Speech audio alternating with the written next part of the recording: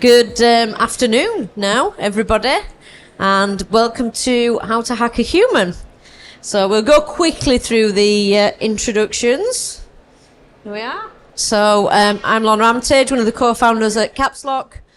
Very quick with a background in both education, computer science, cybersecurity, but yeah, did quite a lot of research around social engineering as well when I worked as a senior academic alongside Dr. Cullen.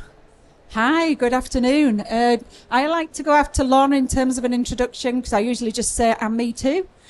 So yeah, very similar backgrounds, working in education as a researcher and teacher, and later as a cyber security practitioner. So here we're going to look at how to hack the human. So first of all, looking at what social engineering is. It's using manipulation it's using deception to manipulate individuals. And it was a term first coined in the 1920s and earlier around whole populations. Attacks tend to be one of two things, either computer-based or individual person-to-person based, or more generally a combination of both those things. Whichever way you look at it, social engineering always involves a human element. Yeah, basically it's about deception. It's about manipulating people to do something that you want them to do, which they otherwise, logically wouldn't do, or they've been trained not to do, but using manipulation techniques to get them to do that. Yeah, there are two key types of manipulation used, targeted and target of opportunity. So if you think of a target of opportunity social engineering attack, you might see that more as a phishing email that is trying to get you to click on a link or download an attachment or perform some action. A targeted attack speaks really closely to an individual or company, and that involves quite a lot of research and background analysis to craft an attack that is really, really specific in terms of a person, individual. A target of opportunity is probably ones that you've been more familiar with. If you think about phishing emails, we've all got them. There's the prince in Nigeria who's inherited millions of pounds and he just needs your bank details to put it in. So yeah, so they're much more sophisticated these days, of course, but yeah, we've all been there and seen those, and we see them from banks and things all the time. Whereas, as Andrea said, if it was targeted, there'd be much more research goes into that, much more effort. Yeah, so some examples really, or why would somebody ask this, or why would somebody want to do this? So how could you find out somebody's first car? So there's lots of ways you could do this, and why. Let's look at the why first. Now, actually, that is a question that's used quite a lot on security questions when you go through the additional questions. You've got first car, you've got where they went to school, family members, what's your mother's maiden name, for instance, why our pets matter. And this is really important because these are questions that are asked when we look at things like banking, really kind of financial stuff, things that we want to keep secure. We're using these. However, we put all this stuff out a lot of the time on social media. So it's very easy to actually find these things out about somebody. If you were doing that targeted research on somebody, you can find these out. One of the things that's really interesting to see that has been going quite a few years now, but is becoming most popular on things like Facebook, is those quizzes. When you're saying like that, find out your, dwarf name or goblin name, and you've got to put these details in. What are they asking for there? They're asking things like, who's your first pet? What's your first pet name? It's those things, and what they're actually trying to get there is information that's quite personal. It seems innocent at first because you're just doing it, it's a bit of fun in this quiz, but actually when you start to put these together, it's like a jigsaw puzzle. And you start to see a picture when you get these together, and you can use those for malicious intent then, in terms of getting things about people and starting to look at different ways to get into their data. Yeah, so I think as a social engineer, one of the first things you might do for a targeted attack is build a profile. And trying to build a profile with all the information, whether it's just online searches or it is asking those more direct questions. Yeah, it's all about profiling. Now, social media is a social engineer's best friend. It is fantastic. The amount of information that we can gather as social engineers about people on social media is quite frankly scary. And the amount of information that people put out there. But you look at, as Andrea said, you look at profiling and behaviours and those psychological characteristics, because there's a lot of psychology used in social engineering. You're going in to manipulate people. You're trying to trick people into doing something. And a good way to doing that is gain trust. And a good way to gain trust is to understand how people work, what their likes are, because there's lots of different ways, and we'll look at those in a minute, that you can gain trust with people. Language is used quite a lot, and you can gain trust by using language by knowing what somebody else likes. You know, I can talk to you and say, I've been on your social media, I've seen that you've got a chocolate Labrador that you absolutely love. I'll start talking about my chocolate Labrador. We've already got a connection. I've got a chocolate Labrador. So it's techniques like that, manipulation techniques and psychological techniques that we use as social engineers to build that trust. But that online footprint really reveals real reconnaissance opportunities. What we mean by reconnaissance is the research that we can do as social engineers. So start, as I said, trying to build that profile.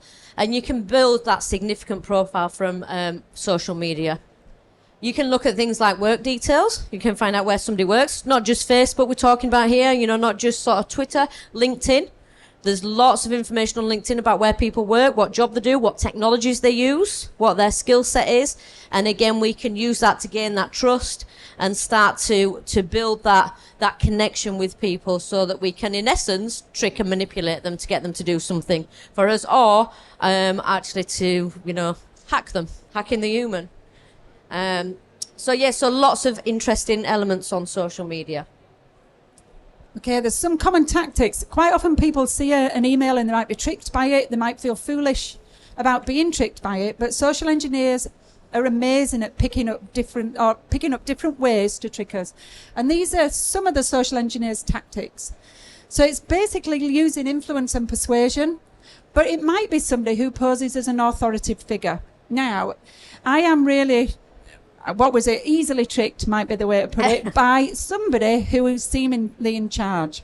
So if somebody appears to be an authority telling me to do something, I'm likely to do it. Lorna's likely not to, because she's a maverick. I'm likely to question it, quite frankly. Yeah. However, if you're offering me free wine or a voucher to save some money, then you're probably going to trick me there, because I'm all about the bargains. So, and we all have these different personalities, and we all respond differently to different things. And actually, as a social engineer, what you do when you're doing that reconnaissance stage, when you're doing that research, you're finding that out about somebody, you're getting to know about them, and then what you're doing is you're exploiting that. We call them vulnerabilities, but it's not a vulnerability in a negative sense for the person, but it is a vulnerability that a social engineer would exploit, because we're all humans, and we all act in different ways dependent on whether we're tired, etc. And again, we'll come to that.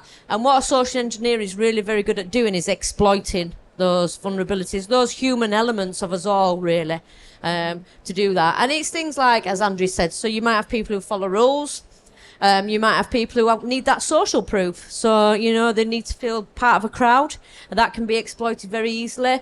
You can look at things like people who really just want to help. As human beings, whether we admit or not, we all just want to be loved. We all just want to be liked. We actually naturally want to help people and go forward. And when you're looking at things like maybe getting into a building, for instance, so myself and Andrea have done social engineering pen tests for a lot of companies. One of those might be just to get into the building or into an office. Actually, security guards are great, because actually they're generally quite friendly. They want to help you. They tend to not be paid very much, so they're not, you know, too interested in the job. I'm generalising here for any security guards in the room, but they want to help. And as a woman, actually being a social engineer, it's a real benefit, because people trust women more than they trust men. So if you're walking up to an external door, we've got no coat on, it's cold outside, we've got a lanyard, looks like belong, and I'm carrying a box, somebody's going to want to help me by opening that door, naturally. And if I'm walking to that door with confidence, they're going to let me in. And you'll be amazed at how easy it is to do that as a social engineer. And especially if you've done some research on the company and the people that work there. The more research you do, the easier it is to exploit vulnerabilities, whether it's a business or a person. Distraction is a very good trick to use as well. If you're distracting somebody, it's easier to trick them. If I'm distracted, I'm not going to pay as much attention. I'm probably just going to let you in or give you something that I shouldn't have done. So what makes us tick? Why are we vulnerable? I think the thing about it is we all feel we're different, which we are, but what psychologists try to do is model individuals to see how we're similar. And that's where a social engineer comes in. It's looking at those similarities to find a trick that will speak to a number of people. So everybody has unique styles. We have different pressures, as Lorna says, at different times of the day. You might feel differently. If it's 5 to 5 and you clock off at 5 o'clock, you might be rushing things through because you want to get them out the door in time for the end of work. So we can be different at different times, but there are similarities that social engineers are really, really aware of that they look to exploit. So personal profiling can help categorize us. And I don't know whether you've ever seen some of the kind of psychological profiling tools that people might say, I'm an ISTJ, I'm a whatever it is. You know, we've all been categorized in certain ways. People within a category have certain characteristics, and a social engineer knows what exploits will speak specifically to that particular type of person. Yeah, and it does, you know, it does make us uniquely vulnerable in that instance as well. I think the common vulnerabilities that we all kind of struggle with as humans, even we may not even know it, but as a social engineer, we're very aware of this, so we understand what those common vulnerabilities are. But as Andrea said, compliance. So most people, again, if you think it's somebody in authority, you will do that. Actually, language, as I said earlier, is really important to that. So things like commands. One of the first things I learned way back when I started, I used to teach in secondary schools. One of the first things you learn around kind of managing a classroom is you never say please. Now, that's not about manners, but what it's saying is if you're saying please, you're asking. If you're saying a command and then thank you, you're actually telling them to do this. So if I say to you, sit down, thank you, that's a command. If I say to you, can you sit down, please? That's an ask. You can say no. Actually, the language is really important and it's really powerful. So using language like that, ultimately people just listen to it and do it. Okay, so it's very, very powerful, is language. Naivety is one. People don't expect they're going to be tricked. People are very trusting as well in that. I think that's unfortunate, but it's true, and there's lots of people out there who take advantage of that naivety and that trust. Yeah, sometimes it's when somebody's lacking social interaction. Actually, somebody's speaking to them, taking notice in them. They want to respond. They want to be part of that conversation. You might feel equally obliged to do something. You know, somebody's asked you something, you feel a duty, morally or legally.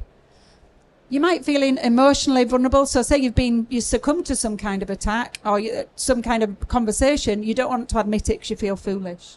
Yeah. I think the thing about it is we're all vulnerable, and we can all exhibit some of these vulnerabilities at different times, depending on our mental state, our circumstance, our current day, whether we need to be somewhere in a rush, etc., etc. So a social engineer understands exactly how and why we're vulnerable, and they're able to play on some of these vulnerabilities. Yeah. So here's a little test for you. Real or fake, real or fake. So the one on the left, real or fake? What are we thinking? Well, you need to be a little closer, don't you, to see it. But... Fake? I'm going fake? Going fake? You think both of them fake. are? Oh, okay. Well done. Well done. Yeah, absolutely both are fake. Both are fake, because I'll tell you for why in a minute. But both of those are fake. Are fake. It just says hello. It's a good point. It's not personalised. That's one good reason why it might be fake. 100%. Some strange emails and addresses, etc. So, next one. What about these two? Real or fake? We're going real on the left? Real on the left, okay. What about... Yeah. Real on the left, what about the right? Fake right? Yeah. Do you know, it's interesting, isn't it? When you look at these, you might think it's obviously real, obviously fake. When we talk about target of opportunity attacks, 20% tends to be successful. Yeah. So whether it looks it or doesn't, they still have a really great hit rate. You're spot on. Left is real, right is fake. 100%. And then this last one then, from Microsoft, what do we think? We're going fake on that? Yeah, give these people a job. Yeah, spot on. absolutely. Top class social engineering, fake as well. Yeah. I think some of the things you picked up on, inconsistent links, addresses or domains that look a bit odd. Some bad spelling, that's always a key factor. You think if something's coming out in a professional format, it's generally spell checked. If something's demanding you to have urgent action, so it's saying something like your account is going to run out in 10 seconds unless you click this link, it should be a bit of a red flag. Yeah. And that's playing on somebody's vulnerability, getting them to do that quickly. So it's knowing really some of these things that might help you identify if something is real or fake. Yeah. I think the key thing about this is, real or fake. And the fake ones, there are some quite obvious ones, but actually they are getting more sophisticated in terms of how they're coming through. And actually you can just catch somebody when they are tired, when they are distracted, where they're a little bit maybe panicked about an account or the bank or something. It's very easy to catch somebody at that vulnerable point and then to just click on that. And once you've clicked, it's difficult to go back from that. So, and again, the sophistication on these, as Andrea said, even at a target of opportunity, you've still got a 20% success rate. If you're sending that to 10,000 people, that's quite a big success rate that you've got on that click there. So how do we become a little bit more secure? What do we need to do to ourselves? I think people will always be unpredictable. They'll always be vulnerable. It's understanding what that looks like and understanding yourself, getting to know yourself a little bit better. So we work through decisions constantly. You made one here, didn't you? Shall I go sit down there or not? Are they going to pick on me in the audience or not? Should I be in another stand? Should I go for my lunch? We're making constant decisions, and decisions are really points of failure for us as individuals, because we can say we can make a effectively good or bad decision about something. For a social engineer, its decision's amazing, because what they're wanting to do is help you decide to do what they're trying to make you do. So as an individual, we can be more reflective. We can kind of sit back and take a minute. It's not easy when we're expected to do things at high speed. We can consider things like situational awareness or mindfulness, and what this is about is being present and in the moment, rather than now you're sitting there thinking, I'm hungry, shall I go to the burger bar or shall I go and get some bubble tea? Actually being in the moment, super effective in terms of being secure in the workplace. We can learn a little bit more about our own vulnerabilities. As I said, Lorna likes free wine. So Free anything, really. Free anything. She's easily pushed. I tend to be driven by authority. So if you pretend to be my boss, I am more likely to do as you asked me, of me. And becoming more familiar with how a social engineer might work on individuals. Yeah, the things we just talked about really in those tactics, but I think the key bit here about understanding your own vulnerabilities and not to see them as a negative and as a weakness, because that what tends to happen. People then blame themselves. Actually, that makes you more vulnerable, because you're more likely then to try and hide things. You're more likely to seek probably support where you shouldn't. IT support if we don't understand certain things. That's a social engineering's good trick, is pretend to be IT. A vulnerability is not a negative. It's not a weakness. We all have them. All human beings have them. It's part of being a human. And as a business, looking at resilience it's looking at, first of all, developing countermeasures, looking at the preventative, detective. That's looking at different ways that you can look at that. So having things like spam filters, having good training, absolutely key is looking at training and awareness. And when we talk about better training, we say that because a lot of organisations do click training, where you're just clicking through. I'm sure we've all been through that in an organisation. And you're just clicking through to get to the end. Actually, effective training is really important when you're looking at defending against social engineering, and that awareness piece around that. Yeah, I think one of the other key things perhaps that businesses miss out on is this ability to apply defence in depth.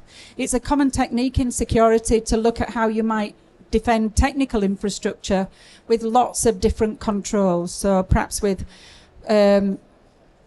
layers and layers of protection. I don't think the same is applied always to individuals. So it's not having one point of failure. So it's not saying I've trained the workforce, that is it, we're secure. Actually, what other layers can you put in place? So it's a multi-pronged attack. Yeah. I think what's really, really key for businesses as well is the culture, not having a culture of blame. Because, as I say, we're all human beings. We've all got vulnerabilities. We're all susceptible to this. And if you're working in an organisation where there's a real blame culture, then that can have a very negative impact on this going forward. And especially in security in general, actually, it's a really key part of it. But yeah, so I think the key take for me there is around, as an individual, it's being aware of our vulnerabilities. I know it's not a term we like to talk about, but being very aware of that and very reflective of how we respond, how we make decisions, and not seeing that as a negative, and taking that time, as Andrew said, key is just to reflect and not impulsively act on something can be really, really powerful as well in defending against that. Do you know, with that in mind, we all like to think, don't we, if we had a phishing email, we'd spot it straight away. But actually, if you get an email from Parcel Force and it happens to be your birthday, or it happens to be a couple of days before Christmas, you're more likely to kind of think, okay, somebody sent me a gift, I'm definitely clicking on that. 100%. So, and that is not an accident. Social engineers will know, they'll have been on social media, they will know that, and that is at the point when they do that. If it's a targeted attack, absolutely. So, but we can all defend against it if we're more mindful. I think that's the key takeaway. Thank you. Thank you.